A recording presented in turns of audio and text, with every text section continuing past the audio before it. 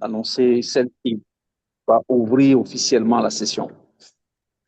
C'est notre présidente attitrée, elle est DTM, elle est Toastmaster depuis 2015, elle a gravi pratiquement tous les échelons. À ce jour, elle campe plusieurs rôles au sein du district, mais je ne vous annoncerai que son rôle au sein de notre club. Elle est présidente, elle est dynamique, elle est chaleureuse, elle est charmante.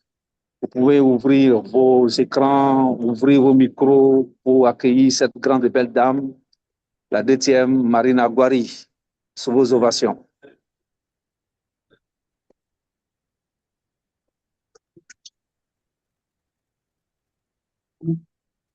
Bonjour à tous et bienvenue à DTMCI. Bienvenue à ce deuxième rendez-vous mensuel du donner et du recevoir. Si vous êtes ici ce jour, c'est parce que vous avez décidé d'investir sur vous et nous en sommes très heureux. Merci de nous rejoindre en ce milieu du jour et cela mérite des ovations et de cœur de votre part. Je voudrais voir de cœur pour les efforts que vous faites sur vous-même pour continuer d'apprendre. Et bravo, bravo, bravo à tous. Nous rentrons tout de suite de plein pied dans notre session avec la phase administrative.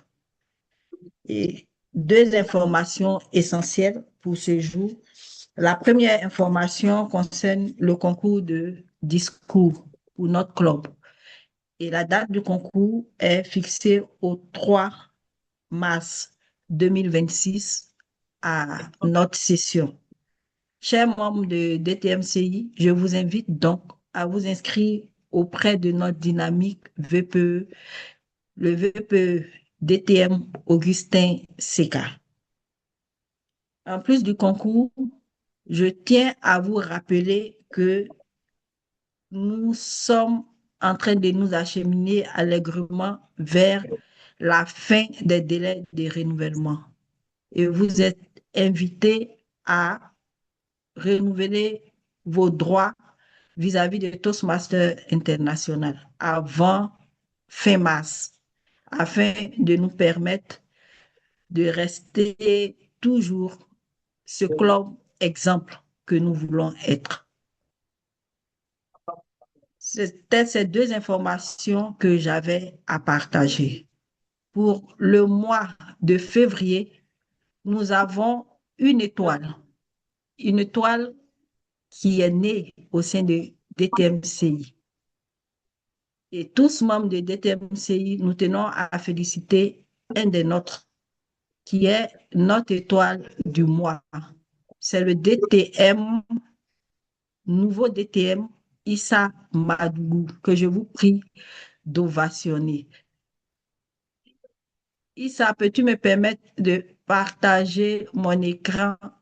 Bravo à Issa, qui est un Toastmaster engagé, un Toastmaster disponible, qui est toujours prêt à se mettre au service des autres. Et il a accepté de se mettre au service et du district 94 et du district 130. Cela mérite des cœurs et des ovations venant de vous. C'est rare de voir un membre engagé à des postes de responsabilité dans les deux districts. Et cette étoile, nous avons la chance de la voir et elle brille sur DTMCI. Bravo à Issa Madougou pour son engagement. Et c'est sur cette note Merci. de reconnaissance envers un des membres qui a atteint le niveau le plus élevé cette année, celui d'être DTM, que je vais céder mon lutrin à notre animatrice du jour. Et celle qui vient à ma suite est chef d'entreprise de communication. Et tout comme notre étoile du mois, elle aussi, depuis quelques années, elle s'est mise au service des membres que nous sommes. Elle s'est mise au service de notre organisation Toastmasters. Elle a gravi tous les échelons de cette organisation. Et aujourd'hui, elle est directrice de district. Accueillez avec de vives ovations et des cœurs la DTM Fatou Sako. Sous vos ovations, s'il vous plaît. Je ne vois ni cœur ni ovation. Et si vous ne lui mettez pas de cœur, je suis sûre qu'elle n'apparaîtra pas, elle ne prendra pas le micro virtuel. Des cœurs et des ovations pour DTM Fatou Sako.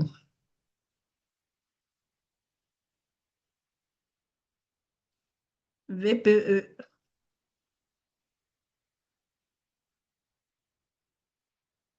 DTM Fatou Sako aime tellement le cœur qu'elle se fait désirer. Je ne la vois pas, je ne l'entends pas non plus. Vous me permettrez, Madame la Présidente, que je puisse prendre juste la relève en attendant que, après l'annonce de notre évaluateur général, je puisse encore aller certainement à sa recherche. Auguste Assemblée, chers Toastmasters, c'est avec le cœur à la danse que je vous souhaite la bienvenue au cours de cette session qui devrait nous permettre non seulement de nous abonner, mais de nous connecter à nos liens familiaux. Pourquoi apprendre autant? Pourquoi être des leaders affermis, des leaders acharnés, des communicants sachants et ne pas pouvoir transmettre ce bien et ce bonheur à nos enfants? Quand on parle d'héritage, il n'y a pas que ce qui est matériel. Il y a aussi ce volet être, savoir-faire, savoir-être qu'il nous faut savoir communiquer à nos tiers. Donc aujourd'hui, il s'agit de nos enfants à qui léguer ce bien que nous avons appris, pour lequel nous avons travaillé. Aujourd'hui, certains d'entre nous sont DTM, d'autres sont sur cette voie. Nous nous affermissons et nous travaillons certainement avec des collaborateurs, avec des personnes qui sont au sein de notre association, au sein de notre club. Il est aujourd'hui question de penser à qu'est-ce que nous laissons, qu'est-ce que nous léguons quand nous sommes à la maison ou quand nous voyons nos enfants grandir. Donc, ça sera l'objet de tout le déroulé de notre session. Et une dame que nous connaissons, qui a le cœur, qui a la main sur le cœur, qui viendra nous entretenir sur cette question dans quelques minutes. Mais avant, au cours de cette session, nous aurons deux discours préparés, une qui sera une évaluation, un discours d'évaluation. Et par la suite, nous aurons la conférence. Celui qui se chargera de la tenue, de la bonne tenue et de l'évaluation de notre session, c'est celui-là que je vais vous annoncer maintenant.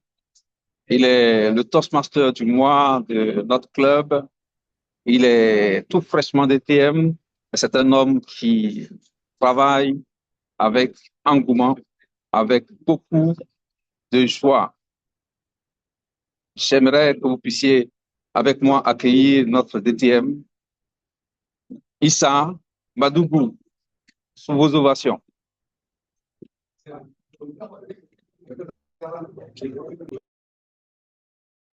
Merci beaucoup, cher DTM, pour ces mots bienveillants. Je vais m'assurer que vous m'entendez très bien. Vous m'entendez bien? Allô? Oui, nous vous entendons. Merci pour la confirmation, chère présidente. Chers distingués Toastmasters, chers leaders, chers invités, c'est avec honneur que cet après-midi que j'assume aujourd'hui le rôle d'évaluateur général de cette session. Et mon rôle, il est essentiel car il permet d'observer, d'analyser et évaluer la qualité globale de cette session, afin bien sûr de garantir euh, chaque élément du respect du temps à la qualité des évaluations que nous aurons en passant par l'énergie, le leadership et l'apprentissage qui contribuent à notre mission commune, qui est celle de progresser ensemble dans l'art oratoire et le leadership. Les mots du jour que j'aurai également le privilège de suivre tout au long de cette session est commisération, qui se définit comme un sentiment de compassion. C'est une qualité profondément humaine qui reflète notre capacité à ressentir et à comprendre la douleur des autres. Et parmi ces synonymes, nous pouvons retenir l'empathie, la compassion et la miséricorde, qui sont des vertus essentielles pour tout leader authentique et tout communicateur inspirant. Voici un exemple d'utilisation de ce mot-là. La commisération est le pont invisible qui relie un leader à ce qu'il sert, ou bien sa commisération sincère envers le plus vulnérable faisait de lui un orateur profondément humain. Je vous invite donc à intégrer ces mots dans vos différentes interventions, car le mot que nous choisissons façonne non seulement le discours, mais également notre leadership.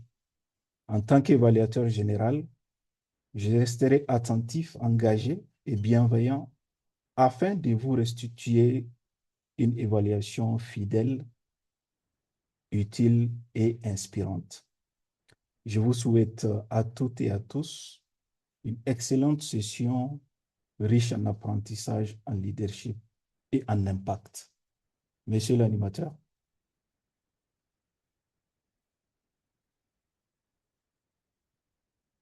Monsieur l'animateur, cher DTM. Merci beaucoup, mon DTM Issa Madougou. Je vous ai annoncé 2 discours, mesdames et messieurs.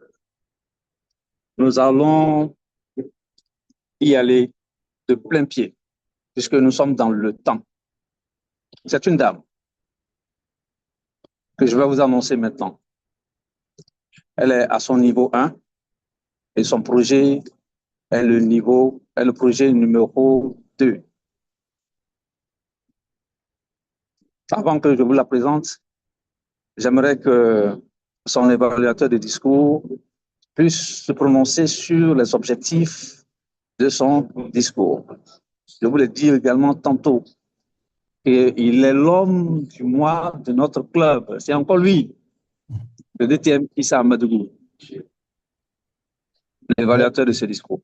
Merci encore, cher animateur DTMCK, pour ces mots. Chers amis, chers leaders, aujourd'hui, dans le cadre de son projet P2N1, comme l'a dit l'animateur, la Toastmaster Françoise Romaine Sauvé va nous présenter un discours qui s'intitule La bienveillance, votre super pouvoir invisible. C'est un discours qui doit être présenté dans un temps réglementaire de 5 à 7 minutes. À travers ce projet, elle vise à appliquer et renforcer la structure fondamentale d'un discours efficace à Toastmaster qui est clairement organisé autour d'un objectif précis afin bien sûr de transmettre un message porteur de sens et d'impact. Son objectif donc profond est d'amener chaque participante et chaque participant de cette session à prendre conscience que une simple attitude, à savoir la bienveillance, empreinte de commisération, peut nous procurer un bonheur durable, instaurer la paix autour de nous, contribuer à bâtir un monde meilleur. En parfaite donc harmonie avec les thèmes du jour, ce discours ambitionne d'inspirer particulièrement tout parent à incarner ce super pouvoir-là qui est invisible, pour mieux accompagner son enfant ou ses enfants de leur initiation à l'art oratoire et au leadership. Plus tard, je vais revenir pour vous livrer une évaluation qui, je l'espère, sera à la hauteur des attentes de votre chère oratrice. Cher animateur. Merci, merci, merci à notre évaluateur du discours, qui est à la fois évaluateur général. Je vous disais, c'est une dame. Le projet, je me suis tout à l'heure mélangé les pinceaux. Il s'agit d'un projet 2. Effectivement, projet 2, niveau 1. Projet 2, niveau 1. Le titre de son discours, la bienveillance, notre super pouvoir invisible. La bienveillance, notre super pouvoir invisible. Et ce discours nous sera présenté par une Toastmaster. Nous l'avons connu qu'à la précédente session. Sa spontanéité, sa jovialité et son envie d'apprendre et de progresser le maximum possible lui a donné de nous rejoindre à ce club de DTM. Mesdames et messieurs, vous allez accueillir la Toastmaster Françoise Romaine Sommet, présidente du club CCI Leader. Sous vos ovations.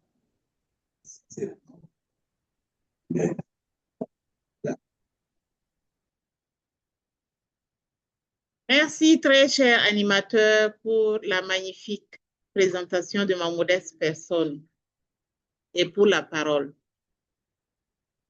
La bienveillance est le sourire de l'âme qui se répand sur le visage. Cette assertion de Gaston de Lévy n'est pas qu'une admirable formule, elle est une réalité biologique. Avez-vous déjà ressenti cette onde de chaleur quand vous parlez à un collègue et il vous écoute sans préparer sa réponse pendant que vous parlez? Ce sentiment de sécurité où l'on se dit, ici, je peux être moi-même.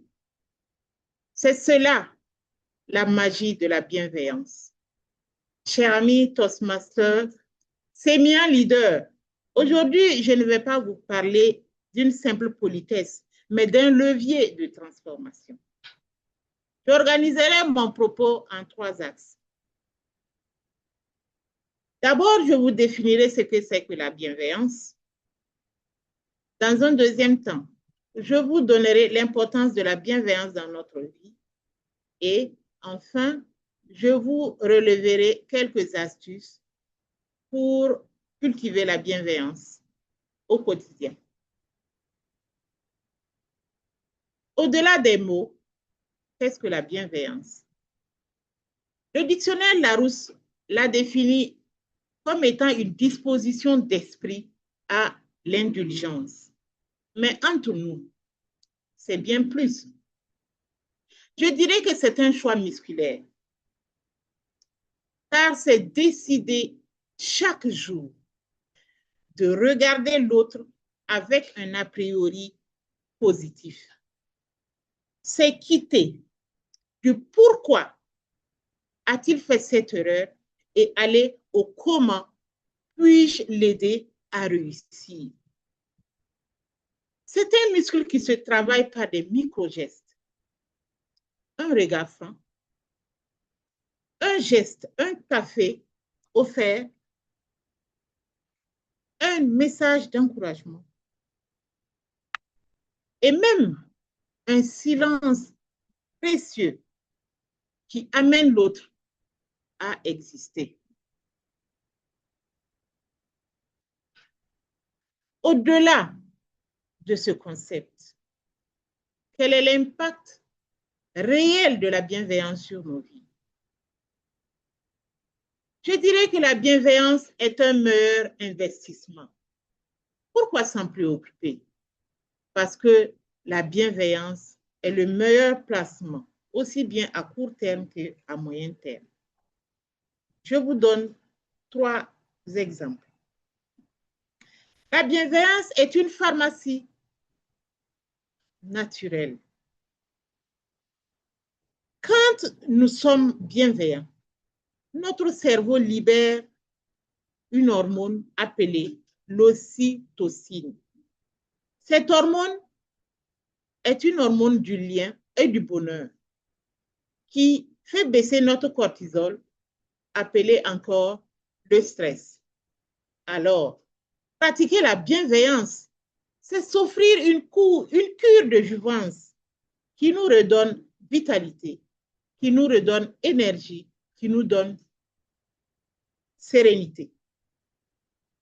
Comme deuxième exemple, je dirais que c'est un booster de performance.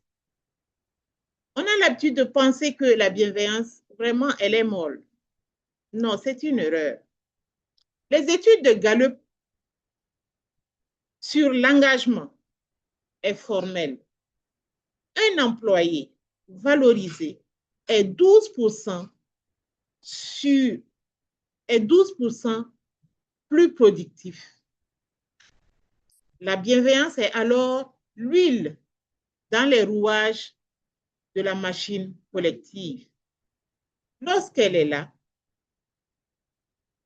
tout marche. Et quand elle est absente, tout grince.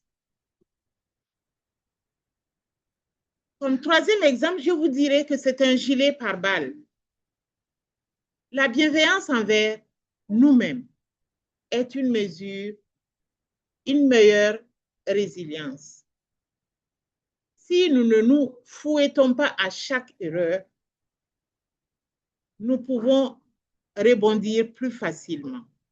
Soyons alors notre meilleur allié, pas notre pire juge. Avec tous ces gains, nous sommes amenés à penser que cultiver la bienveillance est importante. Très chers amis, devenez un hacker de la bienveillance. Pas besoin de grandes déclarations. Devenons juste un adepte des actes de gentillesse aléatoires. Je vous donne également 3 exemples. Pratiquons d'abord l'écoute plein écran. Oui. Quand quelqu'un nous parle, rangeons notre téléphone. Offrons-lui 100% de notre présence. C'est le meilleur cadeau que nous puissions lui faire, celui de la considération. Comme deuxième exemple, je dirais, faisons des compliments laser. Ne disons pas juste super ou bon boulot. Disons plutôt, j'ai adoré ta précision sur tes statistiques. La précision montre ici que nous avons vraiment regardé ce que nous analysons. Et en troisième position, je dirais, disons un non gracieux. Oui, dire non poliment, tel que désolé, nous permet de nous préserver et de préserver notre énergie. Cela est aussi de la bienveillance envers nous-mêmes. La bienveillance n'est pas une faiblesse, elle est plutôt une élégance. C'est la clé d'une vie où nous ne faisons pas que cohabiter, mais nous coopérons. Alors, mon défi pour vous aujourd'hui, en quittant cette salle, identifiez une personne que vous appréciez peu et trouvez une seule chose positive à lui faire ou à lui penser ou à penser d'elle. Soyons les ambassadeurs de cette lumière, faisons briller notre âme et le monde sortira en retour. Que la bienveillance soit notre boussole. Monsieur l'animateur.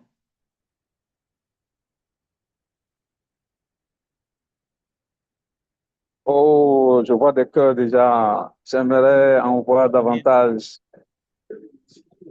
Des cœurs, des émoticônes, des sourires. Parce que vous savez que la bienveillance est une thérapie.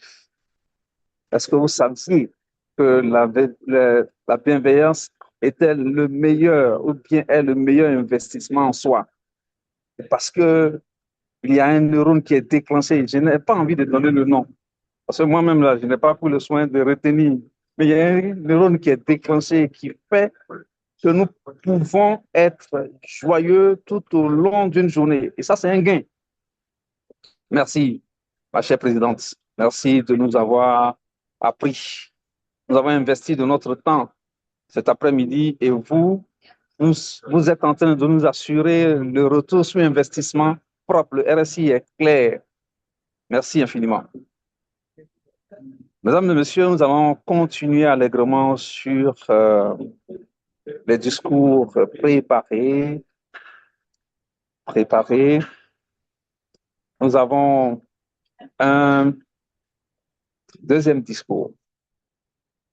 Mais avant, accordez-moi juste une demi-minute, 35 de secondes pour que je puisse faire entrer l'évaluatrice de notre prochaine oratrice.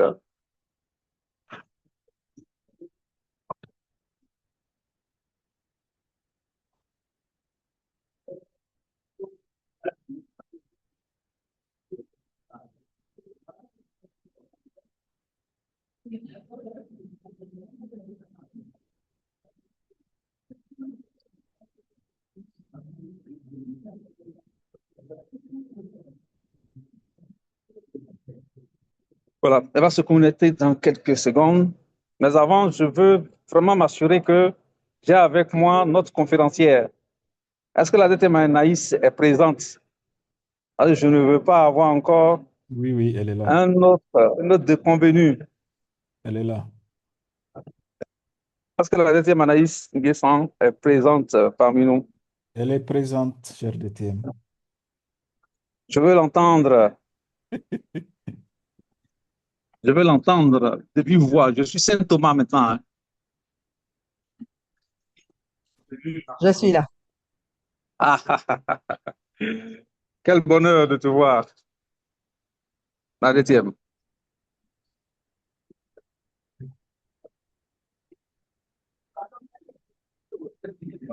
Alors, ce que je vais vous annoncer maintenant, c'est que notre oratrice va permettre à son évaluateur de discours d'être également une oratrice. Donc, il s'agit d'une évaluation pour un projet niveau 1, projet 3. Je crois projet 4, voilà. Évaluation de discours. Et l'évaluation de cette dernière devrait se faire par une autre dame, une autre DTM. En l'occurrence, la DTM Geneviève Johnson.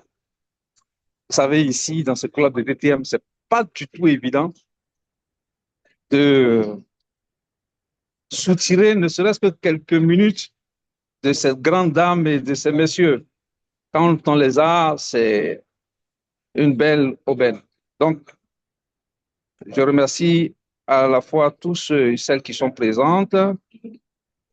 Et Aminata Keïta est notre évaluatrice de ce discours. Elle a le projet de notre DTM Nina Fadiga.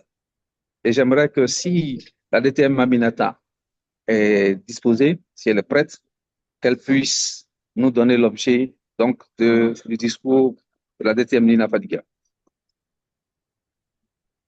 La double DTM Aminata. Oui, monsieur l'animateur, monsieur le VPE, c'est un plaisir d'évaluer aujourd'hui le discours de notre DTM Nina Fadiga. Son objectif aujourd'hui principal en prononçant ce discours est de s'exercer à inspirer son auditoire. Donc, elle a une seule chose à faire, c'est d'utiliser la structure, les mots et le style qu'il faut pour nous inspirer, tout simplement. Je n'en dirai pas plus et je souhaite très bonne chance à Nina Fadiga. Monsieur l'animateur. Elle a dit, elle a annoncé, il s'agit de notre DTM Nina Fadiga pour son projet niveau 3, projet Numéro 3, accueillez cette grande dame avec toutes les ovations, avec tous les cœurs que vous avez.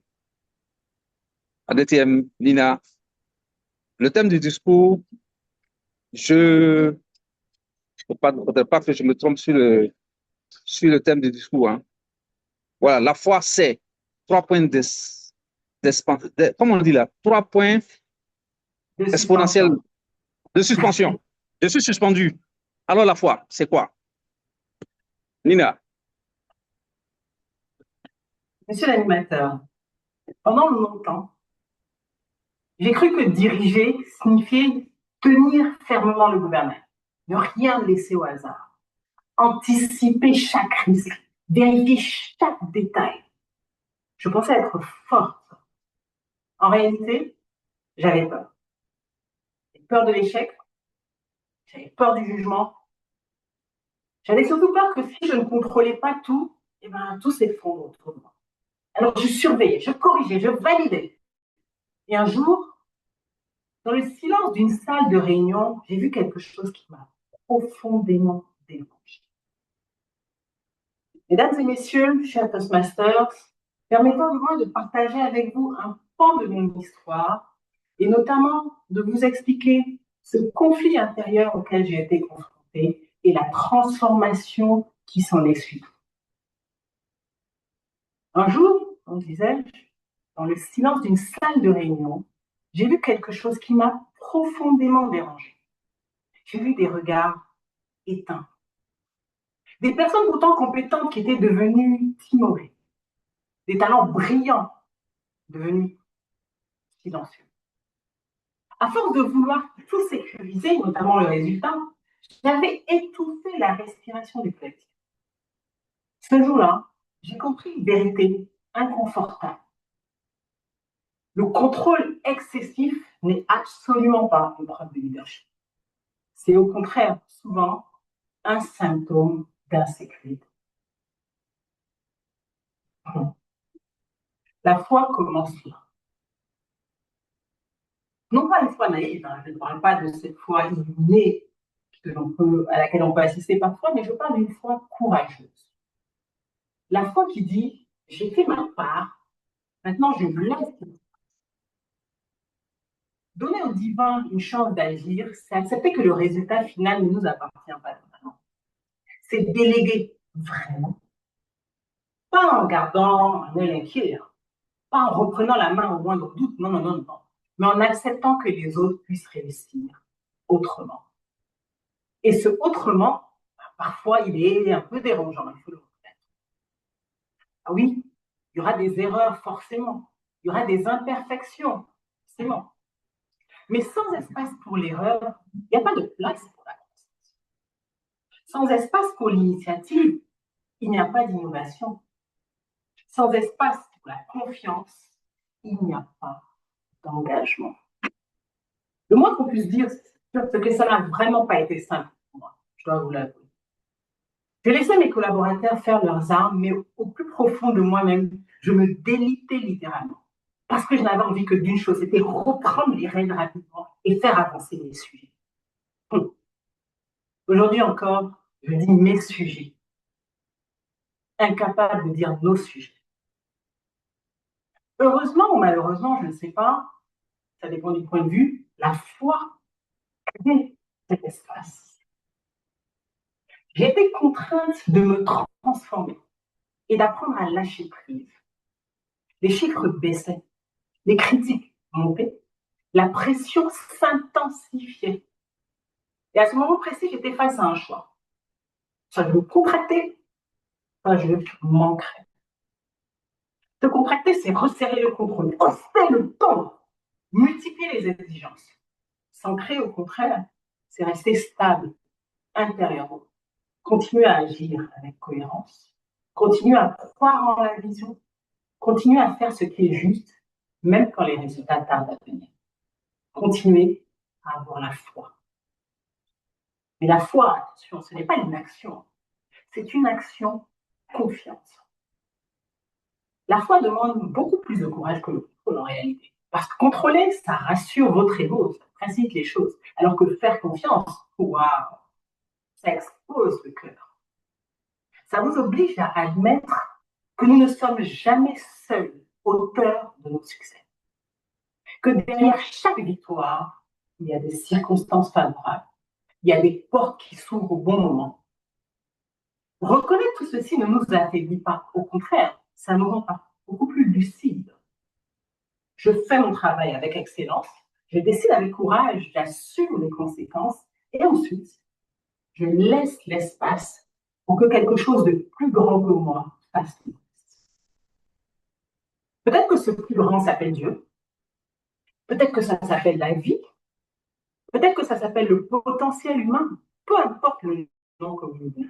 Ce qui compte, c'est que le jour où vous cessez de vouloir être l'unique moteur de la réussite, vous devenez un véritable catalyseur. La foi, c'est pas attendre un miracle. C'est pas juste croiser les bras en espérant que tout s'arrange. Non, pas du tout. La foi, c'est agir avec exigence, décider avec courage, assumer pleinement et puis accepter que tout ne vous appartient pas. Alors, je vais vous laisser, mesdames et messieurs, avec cette question qui est simple, mais qui peut être inconfortable. Dans votre leadership, dans votre vie, dans votre environnement, dans votre famille, dans votre entreprise, où tenez-vous encore trop fort? Que tenez-vous encore? Où serrez-vous les poings par peur que tout vous échappe? Parce que parfois, la vraie puissance, c'est pas de serrer plus fort. La vraie puissance, c'est d'oser ouvrir la main et faire confiance. Monsieur l'animateur. Waouh, waouh, merci. La foi, mieux, bien plus que le courage, c'est aujourd'hui une question de confiance. C'est en elle que l'on découvre derrière les nombreuses victoires. Et même avec ces victoires, vous devez savoir qu'il y a d'autres portes qui s'ouvrent parce qu'avant, des portes vous ont été ouvertes. C'est de la philosophie à la fin. Hein? Bravo, merci. Je ne vais pas en dire plus parce que à la fin, son évaluatrice n'aura plus rien à dire. Donc, je m'arrête là. Je vous dis simplement merci. Merci pour cette autre définition que nous avons eue de la foi. Merci à notre DTM, Nina Fadiga. Elle aura du travail, la DTM. Bon, heureusement qu'elle est une double DTM. Hein. Elle est une double DTM, Aminata Keita.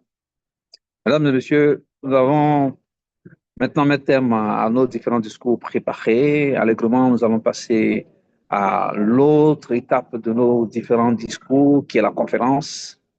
La conférence qui a pour thème comment un Toastmaster peut transmettre ses compétences, ses acquis en termes oratoires ou de leadership à sa progéniture, à ses enfants. Comment cela peut se faire? Bien heureusement, nous avons avec nous quelqu'un qui sait s'y prendre, qui le fait naturellement, parce que pour elle, c'est aujourd'hui mieux qu'une gageure, c'est une sinécure. Mesdames et messieurs, nous allons accueillir une grande dame qui a confiance aux enfants, qui sait leur donner de son savoir-faire, leur transmettre son savoir, mais surtout tirer d'eux le meilleur.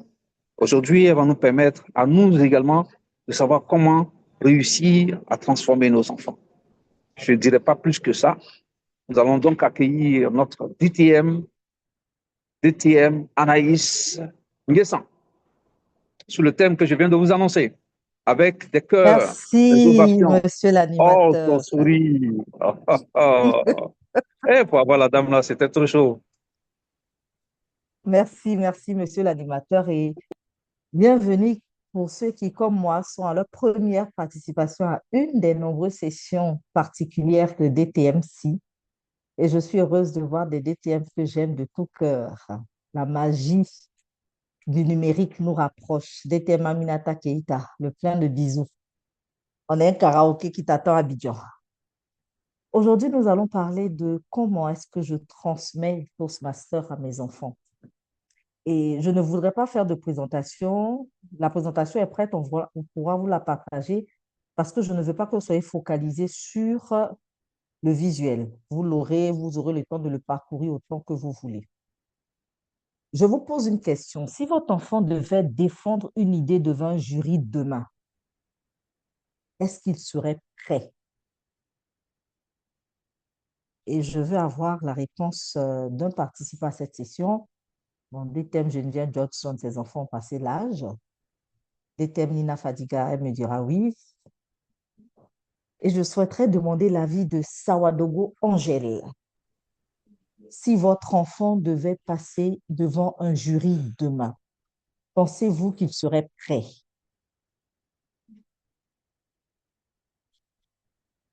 Sawadogo Angèle, elle ne répond pas. Bonjour, je suis en train de circuler, hein, en vous écoutant. D'accord, très bien. Oui. Donc, dites-moi, est-ce que vous pensez que votre enfant sera prêt Non, pas du demain? tout. Pas Je du pense tout. que mon Très enfant ne bien. sera pas prêt. Et pourquoi il ne serait pas prêt? Parce que dès que je lui demande même de bien m'expliquer ce qui s'est passé à l'école, il a des difficultés. Mhm. Voilà, il a des difficultés pour s'expliquer. Et quand il veut même demander quelque chose, je lui dis, il faut bien parler. Parce que je ne comprends pas ce que tu veux Hmm, dire. Donc, ça veut dire exactement. que avec moi-même, c'est pas simple. N'en D'accord, parlons pas très bien. devant un jury. Donc, nous comprenons que nous avons tous dans nos familles, nos enfants, pour ceux qui auront passé l'âge de la majorité, on ne les considère plus comme des enfants, mais un peu comme nos partenaires de vie. Mais nos enfants ont tous ce problème. Et pourtant, nous sommes Toastmasters. Et je vous rappelle, bien que vous soyez déjà Toastmaster, il y a peut-être des non-Toastmasters dans notre salle virtuelle. Toastmaster est une organisation internationale qui est présente dans plus de 140 pays. Et sa spécialité, c'est le leadership. La prise de parole n'est qu'un outil pour faire de nous de meilleurs leaders. Et la méthode de Toastmaster est basée sur la pratique, avec une évaluation constructive et une progression structurée. Et ce que nous ignorons, c'est qu'en réalité, Toastmaster ne s'adresse plus aux adultes. Et à la fin de ma présentation, je vais être sûr que chacun d'entre vous puisse utiliser la méthode Toastmaster et la transmettre à ses enfants pour faire des enfants plus confiants. Pour cela, je vais vous parler en premier point, pourquoi est-ce qu'il faut très tôt initier nos enfants à cette méthode Toastmaster. En deuxième point, je vous dirai les programmes Toastmaster qui existent pour les jeunes. En troisième point, je vous dirai la méthodologie qu'il faudra appliquer. Je vous partagerai quelques exemples pratiques que vous pourrez utiliser à la maison et on terminera après sur l'impact que sera sur les enfants. Pourquoi est-ce qu'il faut initier très tôt les enfants à Toastmaster? Tout simplement pour suivre l'exemple de tout à l'heure, la Toastmaster Sawadogo, pour ne pas être comme nous, des adultes timorés. La première raison pour laquelle il faut initier nos enfants aux méthodes Toastmasters, donc au leadership et à la prise de parole, c'est pour développer leur confiance en soi. Parce qu'on sait aujourd'hui que les enjeux dans nos mondes actuels ne sont pas des enjeux de niveau intellectuel. Ce sont des enjeux de soft skills, comme diraient les Américains ou les Anglais, mais plutôt sur ce que nous sommes. Ce que nous sommes parle plus fort que ce que nous disons. Et nous le savons. Nous, en tant qu'adultes, nous avons automatiquement, dès que nous avons participé à une session Toastmaster, décidé d'adhérer. Parce que nous avons, nous, ces lacunes. Et pourtant, nous avons nos enfants qui gardent ces lacunes-là. Donc, une des raisons, c'est pour avoir des enfants plus confiants. La deuxième raison, c'est que l'école n'enseigne pas la confiance. L'école enseigne des matières, mais l'école n'enseigne pas la confiance en soi. La troisième raison, c'est que des enfants timides deviennent des adultes intimidés, des adultes qui ont peur de s'affirmer, comme nous à un moment donné de notre parcours. Et enfin, pourquoi c'est important? Plus tôt on les initie, plus facilement cela devient naturel pour eux.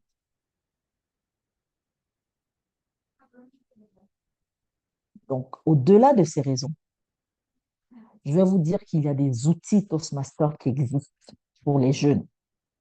Et je suis sûre que tous ceux qui sont DTM dans cette salle virtuelle connaissent ces outils. Le premier outil, c'est un programme de leadership pour jeunes. Je ne vais pas vous faire la douleur d'entendre mon anglais. DTM Iminata Keita refuse de me coacher en anglais.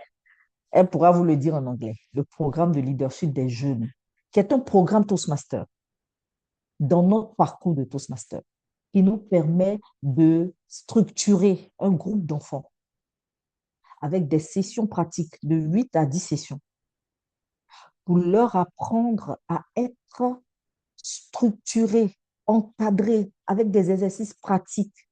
On a un comité qui nous suit, qui permet de nous orienter. Donc, ce programme, on peut déjà le faire à petite échelle. On peut utiliser nos enfants, nos neveux, les enfants de nos amis, et puis mettre ce programme en place.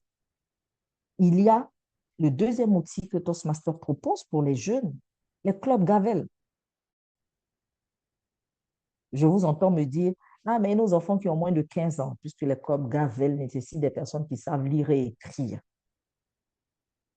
On viendra tout à l'heure avec les astuces. Les clubs Gavel permettent aux enfants justement de pouvoir s'initier à nos habitudes de Toastmasters, puisque les clubs Gavel fonctionnent comme des clubs Toastmasters.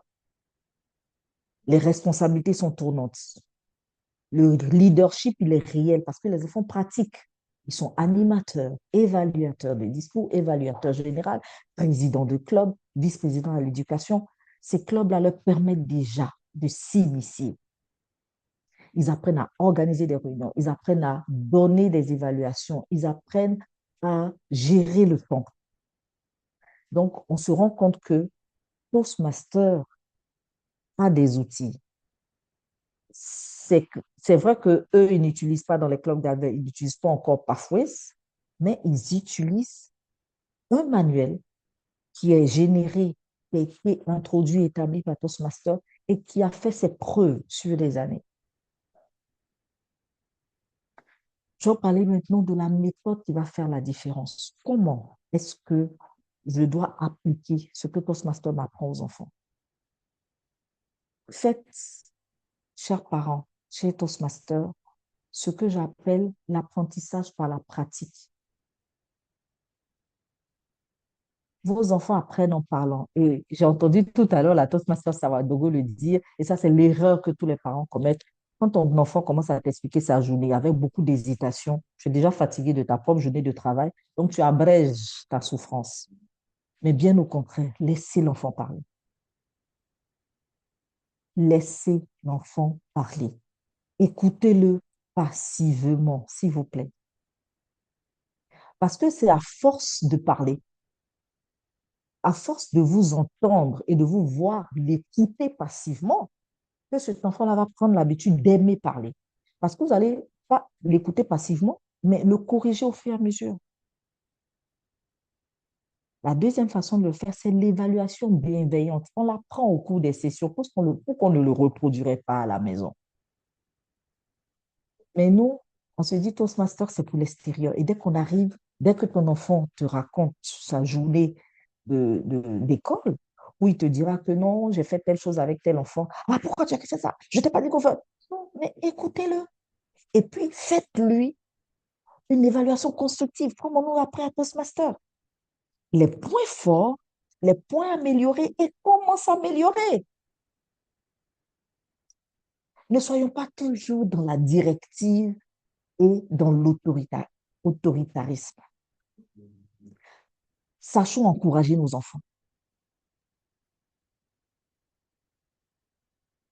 Et puis, ayez des axes d'amélioration précis. Ne dites pas, non, la fois apprendre à parler français. Dites-lui, la prochaine fois, je ne veux plus t'entendre dire un lait à la place de le. Que l'enfant fasse attention. Ou chaque fois que l'on parlé, puis il a un tic fait, tu dis, tu as fait encore. La prochaine fois que tu fais, ça fait moins 100 francs. L'enfant devient automatiquement lui-même regardant de ses tics qui entache sa fluidité. Vous êtes un compteur d'hésitation à la maison. Et la progression graduelle, c'est une méthode. Commencez par des petits défis que vous donnez à vos enfants. Et quand ils réussissent, sachez le féliciter, s'il vous plaît. Ne considérez pas cela comme un acquis.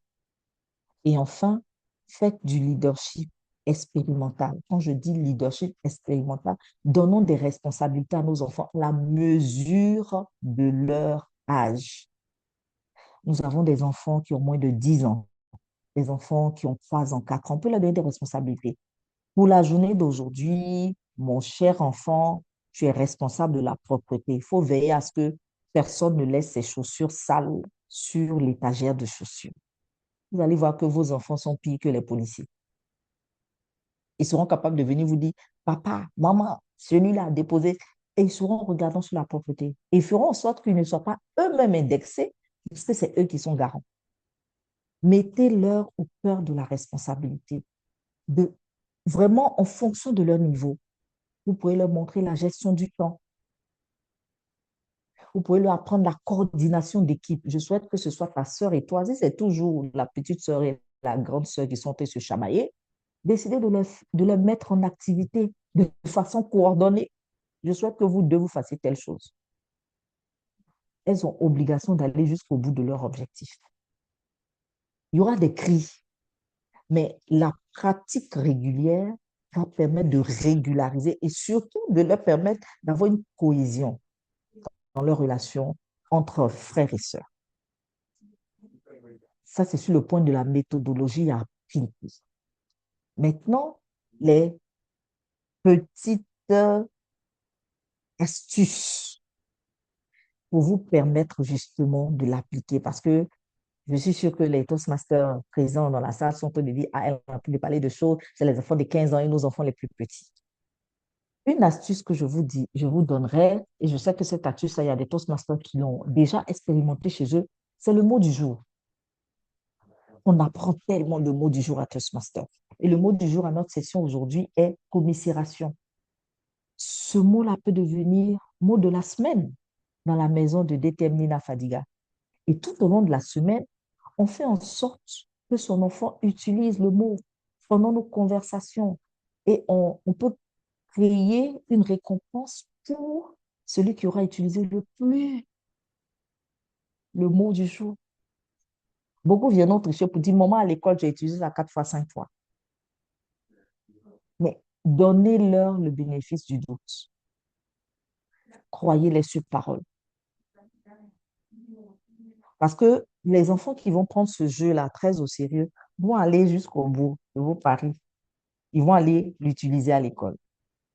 J'ai un exemple avec une de mes filles, je dirais, qui, chaque fois qu'elle entend un mot du jour à Toastmaster, elle le ramène à l'école. Et lorsqu'elle commence à parler à ses amis, elle dit, quand tu es sûr que ce mot existe? Et elle lui apporte la preuve que ce mot existe. Non, ma maman a utilisé ça une session Toastmaster, donc ce mot existe. Donc, ça permet petit à petit d'améliorer le vocabulaire de vos enfants. Une autre astuce que je vous donne, ce sera de faire le mini-discours. Je l'appelais le discours du dimanche parce que généralement, c'est le dimanche où on est tout le temps à la maison. Mais c'est à vous de choisir le jour où vous devez le faire. Vous pourrez décider, par exemple, si vous êtes une famille où les voyages sont votre passe de paix, vous décidez, par exemple, que notre prochaine destination de voyage, on va la choisir en fonction de vos arguments. Donc, cette semaine, tel enfant va choisir une destination et venir nous la présenter. Pourquoi il faut visiter ce lieu? Qu'est-ce qu'on pourrait y visiter? Combien va nous coûter le voyage? Vous essayez de structurer un peu les informations qu'il aura partagées avec vous. Et vous lui demandez de venir présenter. Il peut aller plus loin, faire même avec un visuel, présenter une image et tout ça. Vos enfants vont se prêter au jeu. L'objectif, ce n'est pas forcément qu'ils fassent introduction, développement, conclusion, que ce soit parfait. L'objectif, c'est qu'ils prennent la parole. Et avec l'évaluation constructive que vous allez leur faire, ça va leur permettre de se corriger au fur et à mesure. Et puis à la fin de tous ces échanges-là, vous allez décider de quelle destination vous choisissez en fonction de celui qui a le mieux argumenté le choix de sa destination. Donc, ce discours du dimanche, j'ai pris un exemple sur les voyages, mais vous pouvez décider, par exemple, pourquoi j'aime mon école, si vous voulez déménager, pourquoi on irait dans tel autre quartier. Vraiment, des choses auxquelles vos enfants peuvent donner des arguments. N'ayez pas de débats politiques, s'il vous plaît. Pas de débat politique. Ça peut être pourquoi, pour ceux qui veulent développer l'amour de la religion, comme l'a déterminé Fadiga l'a dit tout à l'heure, pour la foi. Il dit, par exemple, qu'est-ce que représente pour toi, quels sont les bons critères d'un chrétien ou d'un musulman? Justement, des façons pour vous d'emmener l'enfant à apprendre à avoir un débat, présenter un débat, à le suivre. Vous pouvez demander si vous étiez dans 10 ans, qu'est-ce que tu aimerais faire? Tu serais où? Tu serais en train de faire quoi? Ce sont des petits mini-discours que les enfants peuvent faire. Vous décidez d'un jour dans la semaine où vous avez ce petit discours-là. Et vraiment, prenez ça très au sérieux. Vous pouvez même en profiter pour donner la responsabilité à un de vos enfants d'organiser. Il pourra dire, maman, je veux qu'on fasse comme ça. Celui-là assis, c'est tel que le membre du jury. Ça va permettre justement de relever et de développer le leadership de vos enfants. Les table topics en famille, vous pouvez aussi le faire. Ça peut être l'objet de vos rencontres en semaine ou le faire dans ce...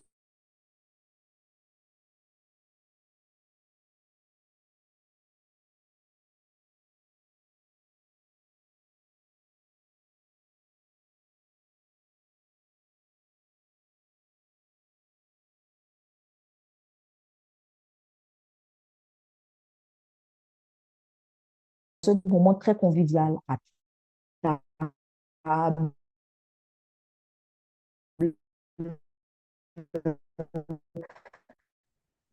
Dès que vous avez fini de manger, pendant le temps où on digère, on dit les différentes questions dans un bol, ce sont des questions ludiques. Ce sont des...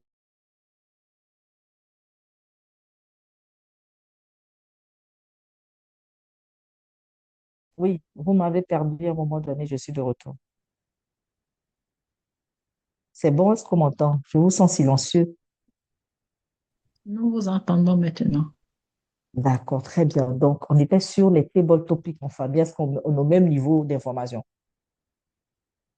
Ou bien vous n'avez pas suivi jusqu'à ce moment-là? Nous Est-ce que nous sommes au sommes au même même... niveau. Oui, Très bien, madame merci. la conférence. Donc, pour les table topics, vous pouvez créer un thème et j'insiste sur le volet ludique.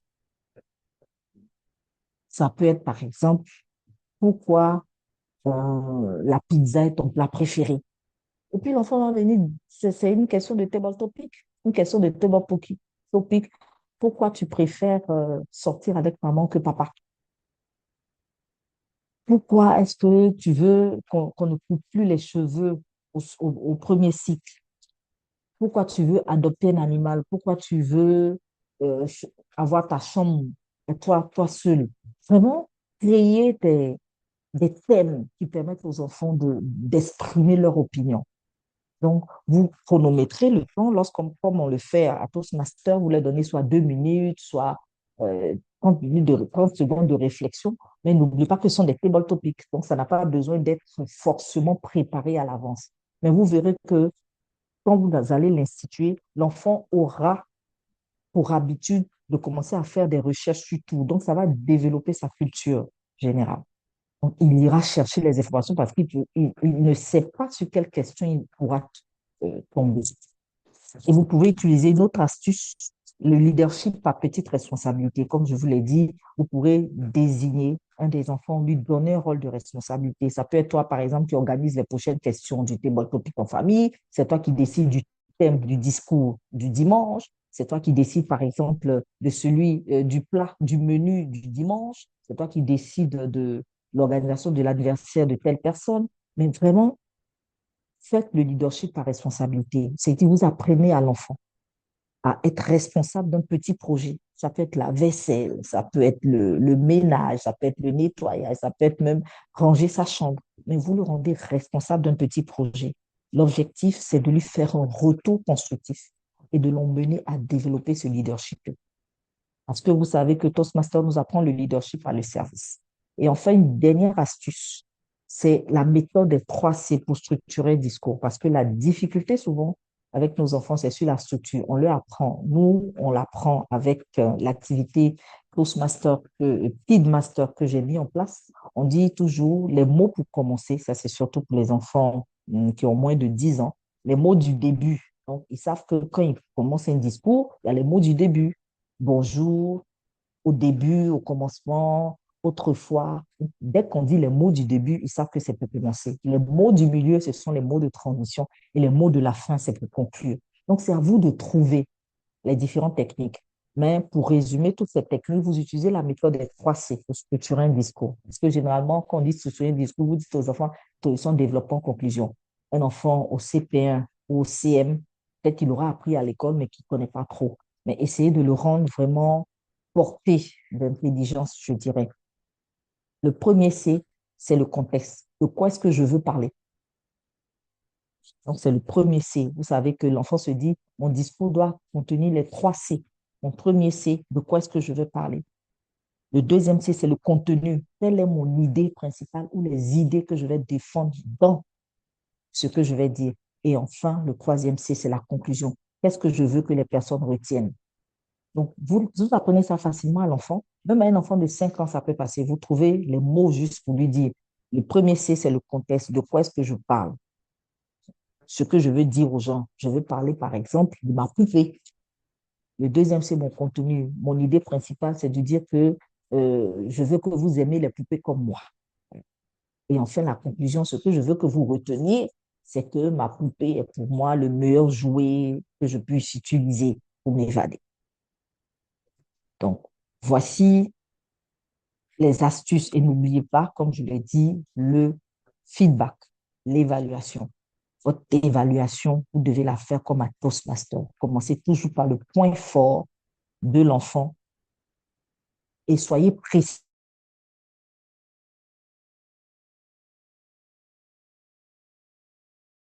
L'enfant se déconnecte. Il faut lui donner un seul point, de sorte que ce prochain point, à une prochaine activité, on puisse voir la progression de l'enfant.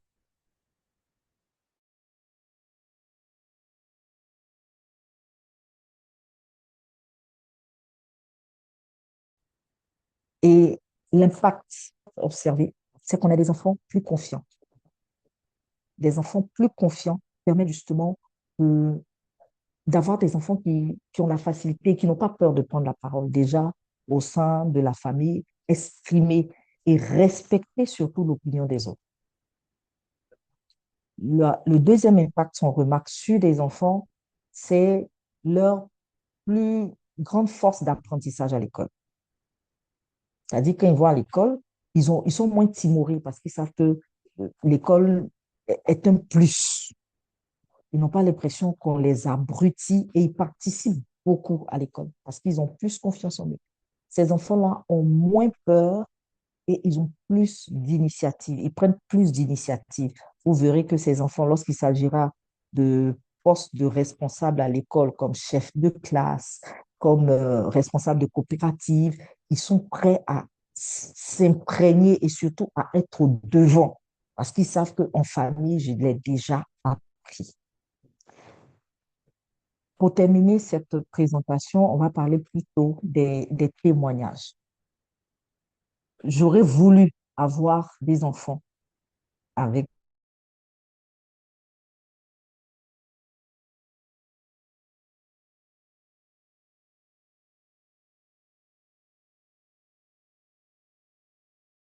ce soir. Donc, tous les enfants sont à l'école. Et pendant mon parcours Toastmaster, j'ai mis en place le programme Kidmaster qui est calqué sur le manuel de communication de Toastmaster, le manuel qu'on utilisait avant parfois des 10 discours pour progresser jusqu'à être un discours inspirant. Donc, sur la base de ce manuel-là, on apprend aux enfants dès le départ à savoir se présenter, ensuite à structurer ces fonctions en fonction des niveaux. On met les enfants par classe d'âge et par niveau de classe. Et depuis que ce programme est en place, vraiment, j'ai assisté à des enfants qui ont été transformés. Ma première transformation, c'était ma propre cousine une petite qui, à la première édition, ce n'était pas une édition de Kid Master, c'était une édition qui avait été organisée par DTM Raïssa Kone, l'arbre de Noël des Toastmasters, où on a invité chaque Toastmaster à venir avec ses enfants qui devaient présenter un discours. Et ce jour-là, ma cousine n'a pas pu terminer son discours. Elle avait 10 ans. Elle a passé tout son temps à se frotter les mains. Tout le monde m'a dit, mais pourquoi tu ne l'as pas coachée? Et je voulais qu'elle fasse l'expérience. Et je vous assure qu'après cela, l'année d'après, lorsqu'on a organisé une activité sur le regard de DTM Marine Aguari, ma cousine et le fils de Marine Aguari sont allés au-delà des espérances. Les parents le regardaient étonnés, mais elle a réussi à présenter un discours sans notes, avec une gestuelle, parce qu'elle s'était dit qu'il fallait que je prenne une revanche. Et pendant l'année scolaire, on a appris qu'elle s'était inscrite à un club de théâtre à l'église, parce que justement, elle voulait vaincre cette peur d'elle. Aujourd'hui, elle arrive facilement, elle est en terminale, et elle arrive facilement à défendre ses idées, dire clairement ce qu'elle ressent. Et je vais laisser DTM Nina Fadiga faire le témoignage de mon fils à moi qu'elle porte. DTM Nina Fadiga. Merci beaucoup, DTM Anaïs. Effectivement, pour celles et ceux qui ne le savent pas, j'ai porté le fils de DTM Anaïs. Notre fils, donc, Abdoulaye, a aujourd'hui 13 ans. C'est un jeune homme épanoui, exubérant, plein d'énergie au point que des fois, il faut chercher le bouton pour l'éteindre.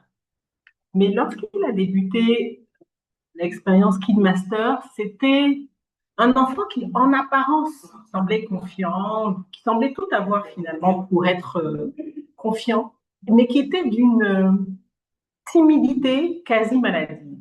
Et moi, en tant que mère, ça me fendait le cœur parce que, étant moi-même originellement timide, je savais ce qu'il ressentait. Je savais les douleurs qu'il pouvait avoir à l'intérieur, la frustration d'avoir les mots qui ne sortent pas, les avoir sur le bout de la langue et pas pouvoir les sortir. Et j'ai vu mon fils, alors les premières expériences, c'est qu'il, la toute première fois qu'il allait à Kid Master, je l'ai forcé, j'ai littéralement soulevé. Il avait 10 ans, je pouvais encore, 9 ans, je pouvais encore l'attraper. Aujourd'hui, je ne peux plus, il est beaucoup plus grand que moi. Donc je l'ai forcé. Je crois me souvenir des termes Anaïs qui n'a quasiment rien dit. Il a très peu participé. Il est resté dans son coin, il a boudé. Il est rentré à la maison, il m'a dit, maman, plus jamais. Il n'y a pas de problème. La fois d'après, je l'ai soulevé encore, je l'ai ramené. Et il a petit à petit commencé à prendre ses marques. Il a commencé à aimer. Il a particulièrement apprécié deux choses, les mots du jour, ça oui, et les table topics. Et donc, on en a fait un jeu. C'était devenu notre divertissement à nous. Lorsqu'on est, par exemple, en voiture, quand je conduis, qu'on est seul, que tous les deux, quand il y a d'autres personnes, ils n'osaient pas trop, mais à deux, on se faisait des débats et je peux vous dire que j'ai vu sa capacité à développer un argumentaire. Aujourd'hui, il a 13 ans, il est en quatrième. Bon, il mesure 1m83, hein, il ne dépasse. Il peut te mettre au dos maintenant. Mais il est capable, quelles que soient les circonstances et quelle que soit la personne en face de lui, de défendre son point de vue poliment, aisément. Ça, avec la puberté, j'insiste sur le cadrage de la politesse. Mais il ne se laisse impressionner par personne. La dernière fois, je l'ai vu argumenter avec un éducateur à son école. C'est parce que je ne pouvais pas rire. Sinon, au fond de moi, je disais, mon fils, vas-y, c'est bien ce que tu fais, défends-toi. Et c'est vraiment, vraiment le résultat du travail sur lui. Mais c'est un apprentissage continu. C'était Anaïs, on a besoin de temps encore parce qu'il a quelques vieux démons qui lui reviennent là. Il faudrait qu'il reparte faire quelques séances avec moi. Donc voilà le témoignage que je peux faire aujourd'hui. Merci, merci. J'espère que le club d'été va me donner l'occasion de faire venir mes enfants à votre tribune, mais vraiment particulièrement pour Aboulaye. Effectivement, quand il arrivait au début, il détestait. Parce qu'il était le plus grand de taille. Il n'était pas le plus âgé, mais il était plus grand de taille parce qu'il faisait du basket. Et quand on a su qu'il était amoureux du basket, on a fait venir une balle de basket. Et je lui ai demandé de nous présenter sa passion du basket. Et pour les enfants, c'est aujourd'hui que sa maman me dit qu'il n'aimait pas parler, mais tous les enfants, dès qu'il arrive, il est venu encore, le fils de Master Anaïs. Il parle haut, il parle trop, il parle trop. Mais lorsqu'il a présenté sa passion sur le basket, il a pris une grosse claque. Parce que, un, il n'était pas structuré. Et après, on lui a montré qu'il n'arrivait pas à structurer et il a exigé de venir représenter. Et il a fait vraiment avec brio parce qu'il a réussi à déclencher des passions pour le basket. Et vraiment, j'encourage chacun des parents ici. Le carton est rouge et mon temps est terminé. Pour vous dire que les leaders de demain, ce sont nos enfants. Et si nous commençons dès maintenant à les prendre en charge, le monde que nous voulons changer changera. Monsieur l'animateur. Waouh, je vois des cœurs, DTM Arlette, DTM Jean-François, Christian, Juliette, tous ces cœurs, où je les vois. Bravo, merci. Tellement de choses développées, tellement de choses apprises en si peu de temps. Les 30 minutes, peut-être qu'il aurait fallu 60 minutes, peut-être 2 heures, on aurait passé le temps. Mais qu'est-ce qu'on aurait retenu, mesdames et messieurs? Nous qui avons des enfants qui ont l'âge d'apprendre à s'exercer à l'oratoire et au développement du leadership, qu'est-ce que nous avons appris? Qu'est-ce qu'aujourd'hui nous prendrons comme initiative? Devons-nous encore interrompre les enfants quand ils sont en train de nous relater leur journée? Devons-nous encore garder notre impatience contre les arguments des enfants qui peut-être n'est pas structuré? Alors, nous avons des arguments, nous avons de quoi à leur enseigner. Nous avons également un autre chemin, le Kids de la DTM, Anaïs Guessant. Je suis sûr, elle n'en a pas parlé. Est-ce que tu peux encore ouvrir ton micro pour dire comment est-ce qu'on s'inscrit? Où est-ce qu'on s'inscrit? Voilà. Est-ce que c'est en ligne aussi? Voilà, c'est autant de choses qu'on pourrait savoir. Oui, Détermina Fadiga l'a dit, actuellement,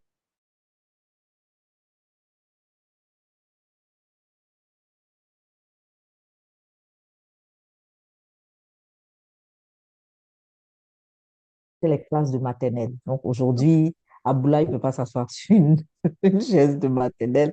Et donc, on cherche une école qui puisse vraiment nous proposer plusieurs classes. On a tenté plusieurs options, mais les samedis, les écoles, même les écoles primaires publiques ont des activités en interne. Donc, vraiment, ça fait beaucoup. Et beaucoup de parents ne veulent pas arriver jusqu'à chez moi à Bégerville. Sinon, il y a école à Bégerville. Dommage. Donc, Mais je suis sûr. le programme est actuellement en stand-by, mais cette année, on va le reprendre. On a des options pour des écoles et on veut aller jusqu'au bout de ces options-là pour avoir au moins un site fixe qui reçoive nos enfants. Et puis, pendant les vacances, on fait une activité ponctuelle de 2 semaines de Boost Kids. Oui, avec un peu de commisération. Et je viens d'entendre cela. Mais je suis sûr que avec la foi et la confiance, vous serez relever ces défis. En tout cas, bravo et merci encore.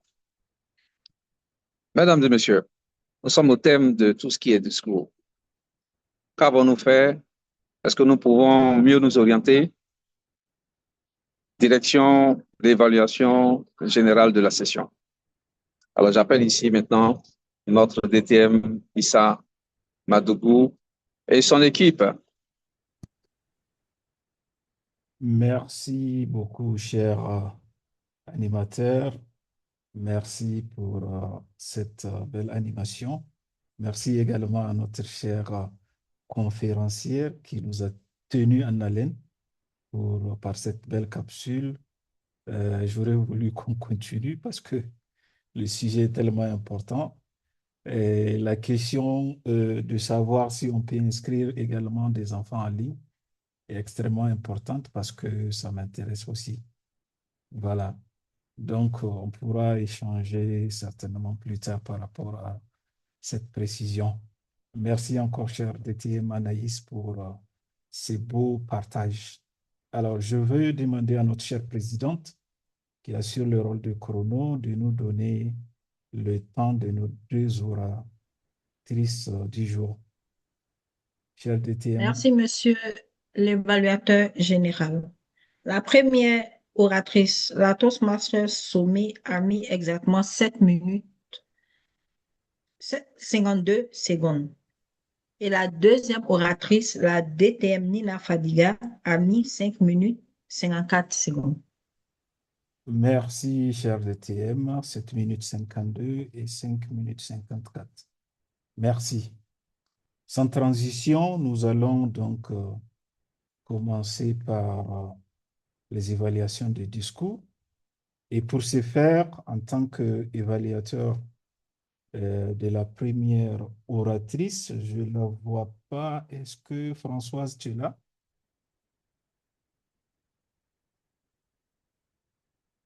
Ok, très bien, je te vois très bien maintenant. Je vais te spotlight. Ah, et moi également. Alors, pour mon évaluation, chère Françoise, permets-moi de commencer par te féliciter pour ce discours profondément inspirant, porteur de sens et parfaitement aligné avec l'objectif de ton projet, celui de délivrer un message clair, structuré et transformateur. Tout d'abord, j'ai été particulièrement touché par tes remerciements que tu avais adressés à l'animateur lorsqu'il t'a donné la parole dès l'entame de ton discours. Ce geste semble simple en apparence, mais il était en parfaite cohérence avec ton thème. Tu n'as pas seulement parlé de bienveillance, tu l'as incarné.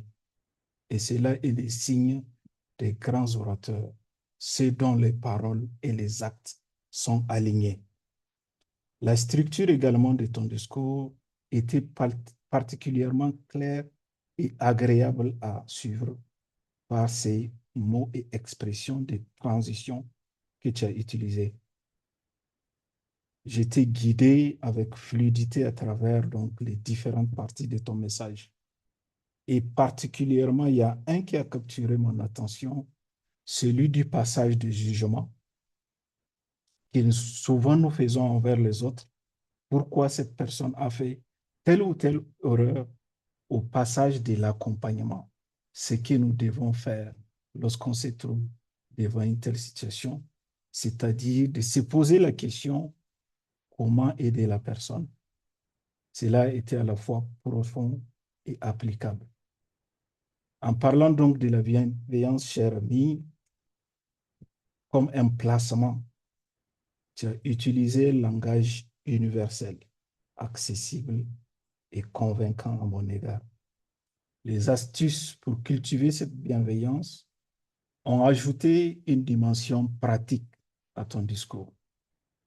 Tu n'es pas resté seulement dans l'abstraction, mais tu nous as donné des clés, des outils et des pistes d'action. J'aimerais également souligner la qualité de ces transitions-là qui ont rendu ton discours fluide, facile à suivre.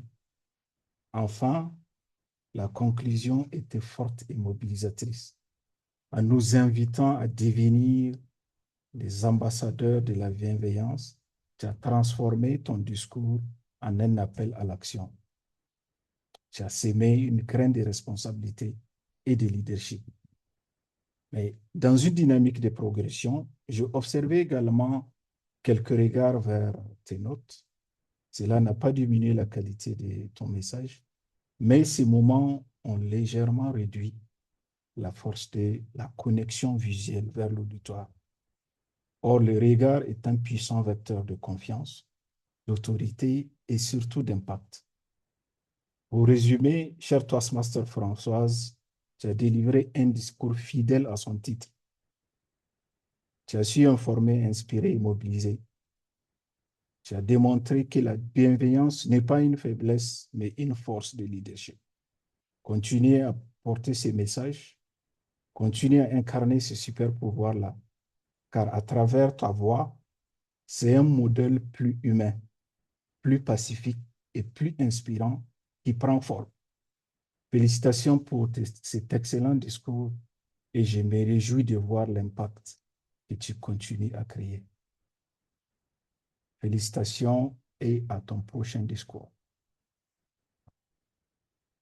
Je vais de ce pas passer directement à notre cher double DTM pour l'évaluation de notre deuxième oratrice, Cher DTM Aminata Keita, vous me recevez? Oui, monsieur l'évaluateur général, merci beaucoup. Je m'en vais maintenant évaluer le discours de la DTM Nina Fadiga. Nina Fadiga, merci pour votre authenticité de ce jour. Je vais structurer mon évaluation autour de 3 points. D'abord, votre capacité à inspirer, la qualité de votre message et je vais donner quelques pistes d'amélioration concrètes. D'entrée de jeu, laissez-moi vous dire que vous m'avez inspiré par votre authenticité et votre vulnérabilité. On peut passer par plusieurs chemins pour inspirer son auditoire, mais j'avoue que la vulnérabilité est une des voies les plus sûres pour toucher les cœurs de son auditoire. Et cela, vous l'avez bien réussi aujourd'hui. Votre introduction sous forme de confession, pendant longtemps, j'ai pensé que diriger était. Vous avez présenté ce qui, selon vous, était peut-être une faiblesse, ce que vous teniez dur, ferme, mais qui, en réalité, vous l'avez compris par la suite, n'était pas la bonne manière d'agir. Mais vous nous l'avez quand même présenté pour que nous puissions nous identifier à votre cas à cette période-là. Donc déjà, merci d'avoir osé présenter cette vulnérabilité. Ensuite, votre message était très bien structuré. Oui, j'ai senti une introduction qui a bien commencé d'ailleurs par cette anecdote, cette histoire personnelle. Et ensuite, vous aviez un développement qui était aussi un storytelling, une bonne manière pour toucher aussi les cœurs. Et vous aviez une conclusion qui était un appel, mais pas n'importe quel appel, un appel introspectif. Vraiment, félicitations pour la structuration de ce discours, Nina. Le storytelling dans votre développement nous a permis de suivre avec vous votre développement, votre transformation. Cette transformation qui, pas à pas, m'a permis personnellement de faire une visite en moi-même et voir où est-ce que j'en étais. La définition que vous avez voulu poser de la foi est une définition très particulière que j'ai particulièrement appréciée. J'avoue que je ne l'avais jamais envisagée de cette façon, mais aujourd'hui, je me suis permise de l'envisager de cette manière-là. Ce n'est pas attendre un miracle. Non, au contraire, c'est se mettre à la tâche. C'est assumer, c'est s'assumer, mais aussi assumer la réalité. Vous avez réussi à me transporter, à m'inspirer par votre histoire personnelle, par votre transformation. Le discours était en ligne, c'est vrai. Pour une fois, j'apprécie que vous soyez restée assise parce que c'était un discours poignant et fort. Debout, je ne sais pas quelle gestuelle ou ce que vous auriez pu faire. Cependant, et cela m'amène aux différentes recommandations que je veux faire. Étant assise, j'aurais apprécié des regards électroniques un peu plus poussés, comme ça. Des silences après chaque phrase forte que vous avez donnée à la conclusion, par exemple. Aujourd'hui, Aujourd'hui, je vous pose une question. Dans votre vie, que tenez-vous fermement de peur que tout ne vous échappe? Ça, c'était une phrase forte. J'aimerais que, après chaque phrase poignante de ce style, que vous nous laissiez digérer, respirer, nous regarder, faire un silence avant de continuer. Mes félicitations, Nina, pour ce discours que j'ai apprécié par la force de votre authenticité, de votre sincérité et pour la qualité du storytelling que vous avez utilisé tout au long de ce discours. Bravo, félicitations et merci de m'avoir inspiré aujourd'hui. Monsieur l'évaluateur général. Merci, cher DTM, double DTM, DTM au carré. Et cher Aminata, pour cette évaluation inspirante, motivante que vous venez de nous livrer. Également, merci encore pour tous ces mots. Cher ami, pour l'évaluation générale de cette session, permettez-moi de commencer par souligner un accueil chaleureux qui a été réservé tous les participants avec de la musique et des DTM CK qui s'est mis donc à cette tâche. Merci DTM d'avoir pu les relais et à ce niveau. Pour la phase administrative, je suis reconnaissant, chère présidente. Je ne m'attendais pas du tout à cet accueil, à cette reconnaissance. Et merci beaucoup. On le dit souvent que la reconnaissance est la mémoire du cœur, comme le dit Sénèque. Merci d'avoir pensé à ma modeste personne à travers ces visuels-là. Merci pour la phase éducative. Elle fut particulièrement riche et impactante. Nous avons d'abord assisté à un discours inspirant sur la bienveillance et la foi qui sait nous a transmis un message puissant, une action confiante. Nous avons retenu que derrière chaque victoire, il existe des circonstances favorables et des portes qui s'ouvrent. Un message d'espoir, donc, de persévérance et des responsabilités personnelles.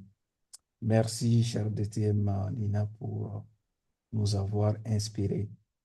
Nous avons ensuite bénéficié de cette conférence de grandes valeurs sur le thème de l'initiation de nos enfants à l'art oratoire et au leadership.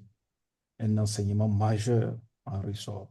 Les enfants timides risquent de devenir des adultes intimidés. Si rien n'est fait, cela donc nous rappelle notre responsabilité en tant que parents et également en tant que leaders. Nous avons également appris de notre chère conférencière la règle des 3C, le contexte, le contenu et la conclusion. Une structure simple mais puissante pour initier nos enfants à la prise de parole.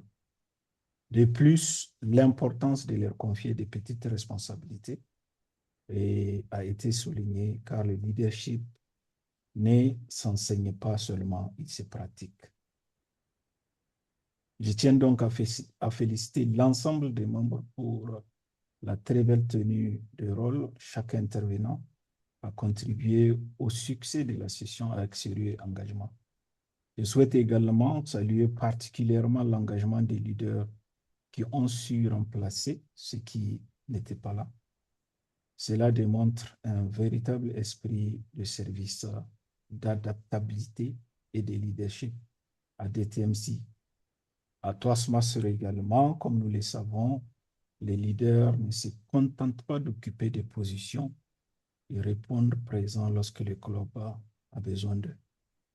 En guise de conclusion, par rapport à l'évaluation générale de cette session, elle fut enrichissante, structurée et profondément alignée avec nos valeurs de bienveillance, de leadership et de développement personnel.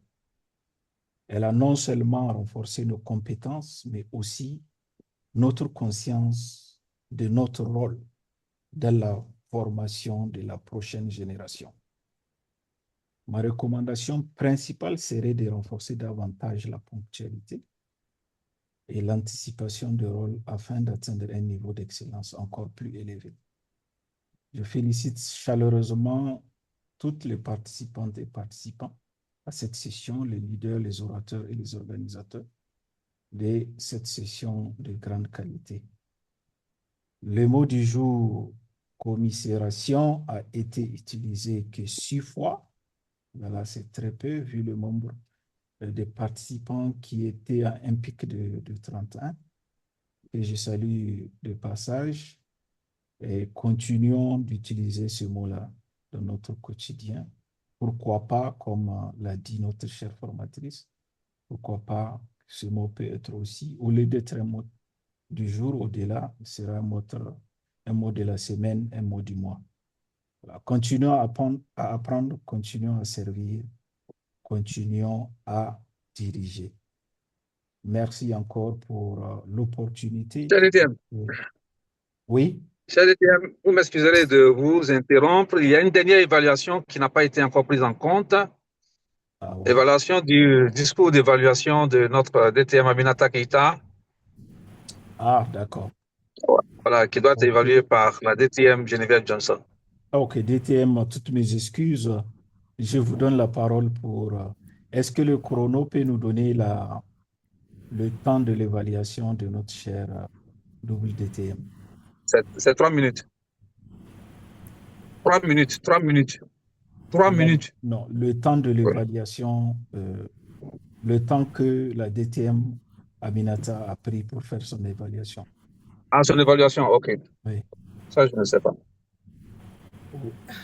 Cher 4 président. minutes, 2 secondes. C'est le temps mis par la DTM Aminata pour présenter son discours d'évaluation.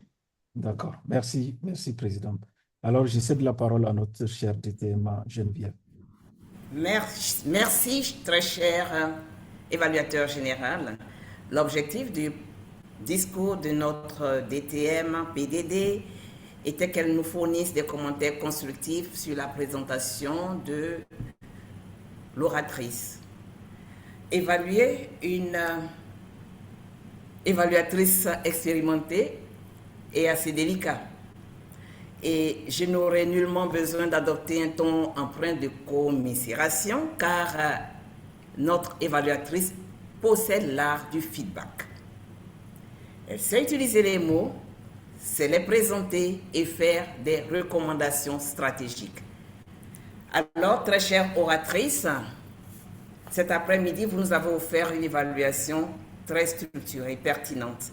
Vous avez commencé avec un ton positif, enthousiaste. Et c'est ce que Toastmaster nous recommande. Dès votre introduction, vous avez posé un cadre clair.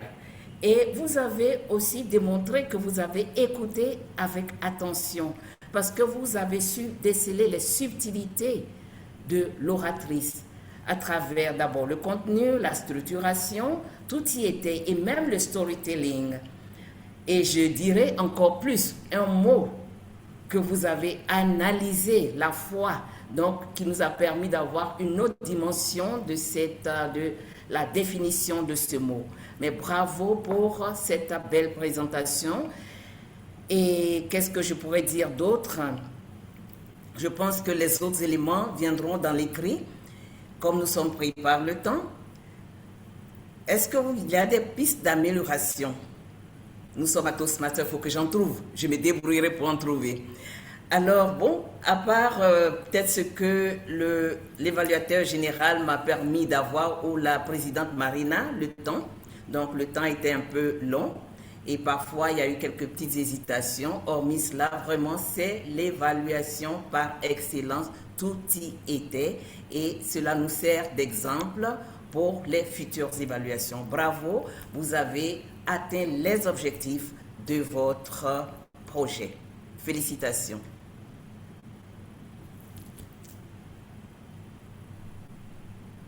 Merci beaucoup, cher DTM. Merci pour cette brillante évaluation. Alors, il n'y a pas que la DTM Geneviève que j'avais omis. J'ai omis ma présidente et je n'ai pas d'excuses. Mais chère présidente, je vais me rattraper. Je te donne la parole pour les rapports sur la gestion du temps. Merci. Merci, monsieur l'évaluateur général. Il est exactement 14h02 à ma montre. À cette heure-ci, nous aurions dû être de retour à nos travaux quotidiens. La session était censée finir à 14h01. Cela signifie que nous avons pris du retard. Nous avons démarré la session à l'heure. Nous avons gagné du temps dans les premiers instants de la session, mais nous avons commencé à en perdre avec la partie discours. Le discours numéro 1, sur lequel nous avons perdu quelques secondes. Également, nous avons perdu un peu plus d'1 minute 30 secondes avec la conférence et les évaluations des discours, ce qui nous mène à 14h03. Je nous exhorte donc à faire attention au chronométreur, à l'épingler. J'ai utilisé 3 moyens pour me faire voir et entendre, mais malheureusement, à certains moments de la session, les orateurs m'ont perdu de vue. Le respect du temps étant une gageure à DTMCI, je vous prierai pour les prochaines fois d'épingler le chronométreur pour être sûr d'être dans le temps. Et moi-même, j'ai un rappel au temps, donc je vous rétrocède la parole, cher DTM Issa Madougou. Merci, merci beaucoup, chère présidente. Merci pour ces rapports concis et les recommandations. Continuons donc à faire preuve de rigueur dans la gestion du temps pour respecter cette recommandation des Toastmasters International, celle de commencer la session à l'heure et de la terminer à l'heure. Sans transition, je remets donc la parole à mon cher DTMCK, l'animateur pour la conclusion et la clôture donc de la session par notre président. Cher Merci DTMCK. infiniment. Merci infiniment, cher DTM Issa Madougou, pour ce double rôle que tu as pu jouer en campant le rôle d'évaluateur général, évaluateur du discours. À un moment donné, je pensais même que tu étais à la manette au chrono. C'est sans compter le gigantesque rôle que notre présidente vient de jouer. J'espère votre commisération, cher Toastmaster. Nous avons tous été pris au débeauté. Donc, l'heure n'est pas à la tergiversation parce que nous en sommes très loin vu le temps. Madame la Présidente, vous avez le lutrin. Bravo et merci encore. Si, monsieur l'animateur, je vous prie d'envoyer des cœurs et des cœurs à notre animateur qui s'est prêté au jeu, malgré le fait qu'il a été pris au débeauté. Merci, cher VPE. Je sais que tu es en route pour Yamoussoukro, qui a dû t'arrêter pour nous permettre de faire cette belle session. Merci, merci. Merci à vous tous qui vous êtes connectés.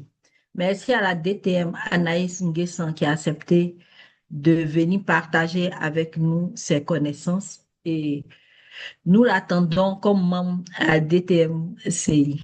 Merci à tous et à chacun. Merci à DTM Aminata Keita, DTM Nina Fidel, Geneviève Johnson, membre de ce club qui restait active en dépit de vos nombreuses occupations. Merci. Nous n'avons pas le temps de donner la parole à ceux qui se sont connectés. Nous espérons pouvoir le faire à la prochaine session qui est le mardi 3 mars avec notre concours de discours. Merci à vous et bon début d'après-midi, bonne reprise pour ceux qui sont au travail en ce moment.